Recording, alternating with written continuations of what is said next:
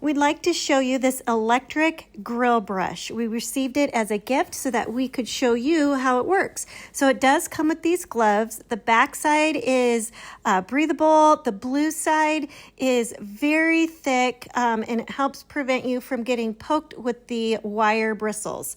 So just to kind of give you an overview of what this is, you have to squeeze the two yellow buttons to make it work.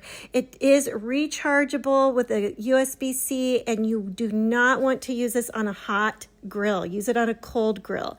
It comes with this little key so that you, if you need to, you can remove the brush from the tool itself.